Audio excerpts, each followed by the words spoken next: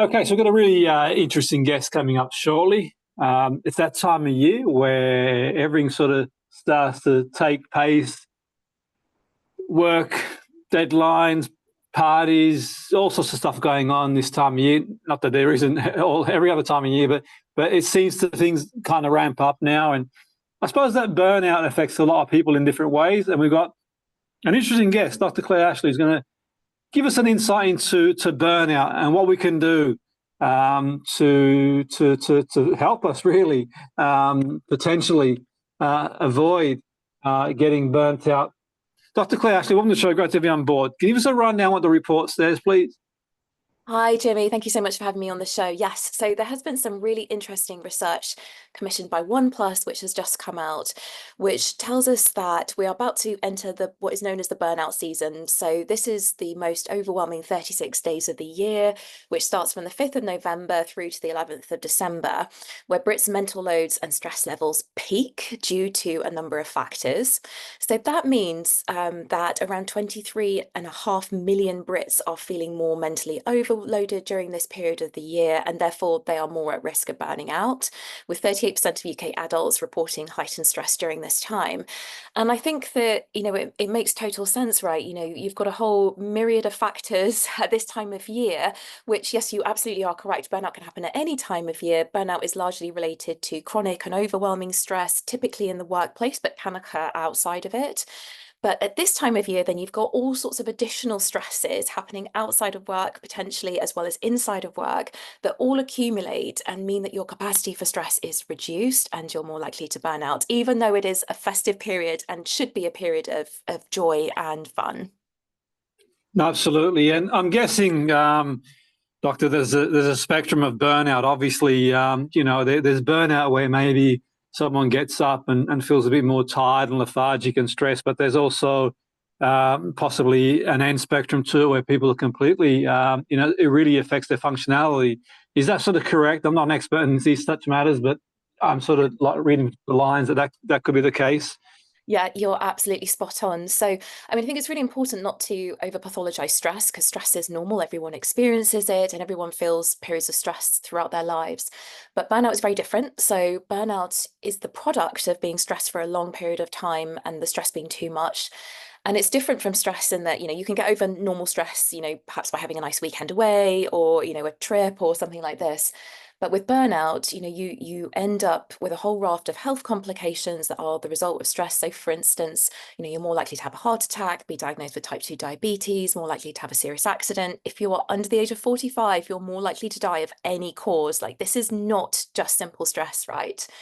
And we also know from the literature that people need an average of 3.5 months off sick if they're burnt out, and also it takes 1 to 3 years to recover. But you're absolutely right. There was a period in the run up to hitting, ticking all the boxes for the diagnosis of burnout, where you are feeling increasingly stressed, where you can make some changes to how you're working and how you're coping with your stress to prevent yourself from ending up in that crisis point. But what's really tricky is that people don't necessarily know that they're really stressed and that things are getting that bad. This is one of the kickers about burnout, is that the denial is very real. And so part of my work as an author and as a medical doctor is to upskill people in realizing where they sit in terms of their stress and their burnout risk. No, absolutely. And I mean, my concern is, Doctor, sort of going off track a little bit here, is that basically, there's a lot of information these days on the internet, and everyone seems to be an expert in everything these days. And the worry is it's kind of misunderstood.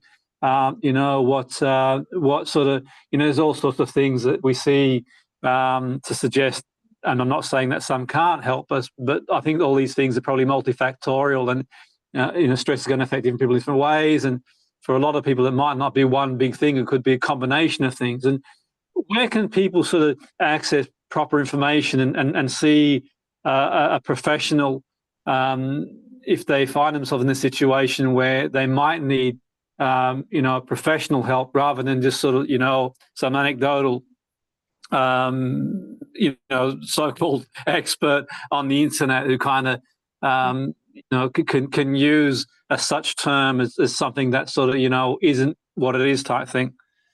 Yeah, absolutely. I mean, I think it's really important that people take advice from, certified and registered professionals when it comes to managing burnout. So if you're concerned about your mental health, the best place to start really is your GP. If you have concerns about that, they are by far and away the easiest person to access. But, they depending on what's available to you through work benefit programs and all of that sort of stuff, then you might have an employee assistance program that might be able to provide access to a therapist or a psychologist, for instance. Coaching programs also can sometimes be helpful in this instance. So there might be a variety of things that are available to you. I would either start with your GP or with your see what's available at work. Absolutely. And I suppose different people will do different things to manage their sort of lifestyle. What works for one person might not work for somebody else to be practical. An example might be, Doctor, I generally will go for like a long walk every day, do some exercise, do a bit of mindfulness, listen to music, try and activity schedule things throughout the week to look forward to that aren't stressful, so to speak. Apart from watching my football team, that probably adds to the stress at the moment. But what are some sort of practical ideas people can think about and consider to help them navigate this sort of tricky period?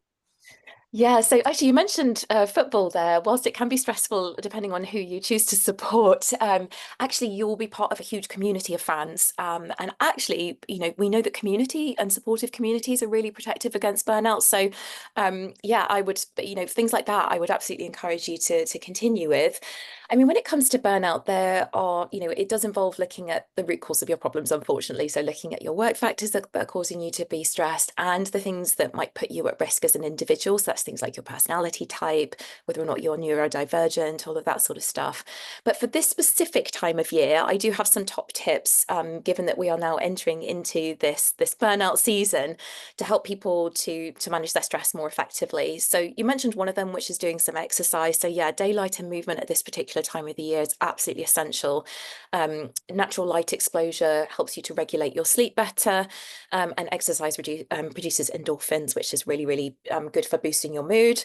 The next one is to delegate the load as much as you can. So share responsibilities with others. Make sure that you're not just solely managing all of the tasks for this particular season. You can use tools like OnePlus's AI Assistant to declutter your mind and stay on top of your to-do list. I mentioned circadian rhythm. So the next top tip is to make sure that you are resting properly during this season. Now, obviously, lots of parties during Christmas, and you'll want to let your hair down and enjoy it. But make sure that you are resting intentionally. So make sure that you are prioritizing good sleep, eating well, limiting alcohol. It's fine to have the odd drink, but make sure that you're not overdoing it because alcohol does affect your sleep.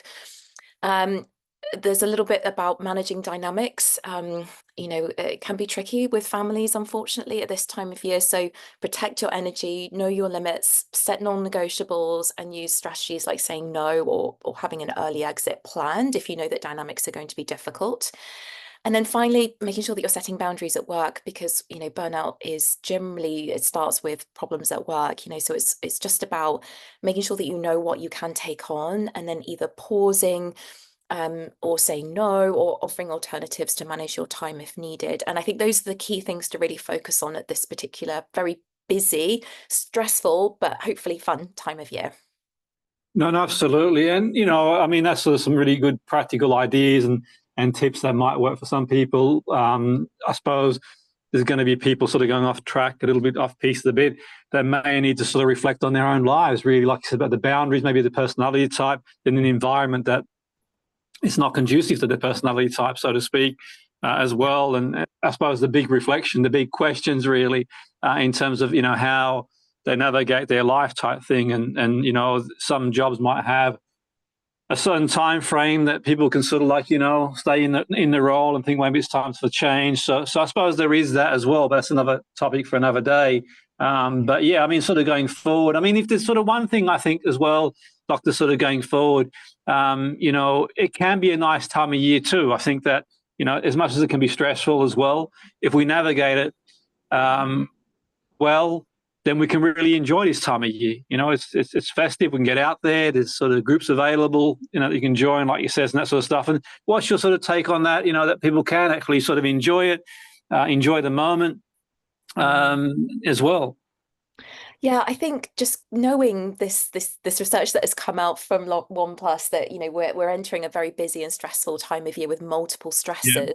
Knowing that you're going into that and having some simple strategies to try to manage it, hopefully will mean that you can actually have a bit of capacity to enjoy this festive season. I think there's just so much societal pressure on as well, isn't it, to spend money, to go out and enjoy yourself. And I think, just going back to those top tips that I shared, as long as you're just making space for yourself to recover, not taking on too much, then hopefully you can actually relax and enjoy this season. Because let's face it, that's what the festive period is all about, isn't it?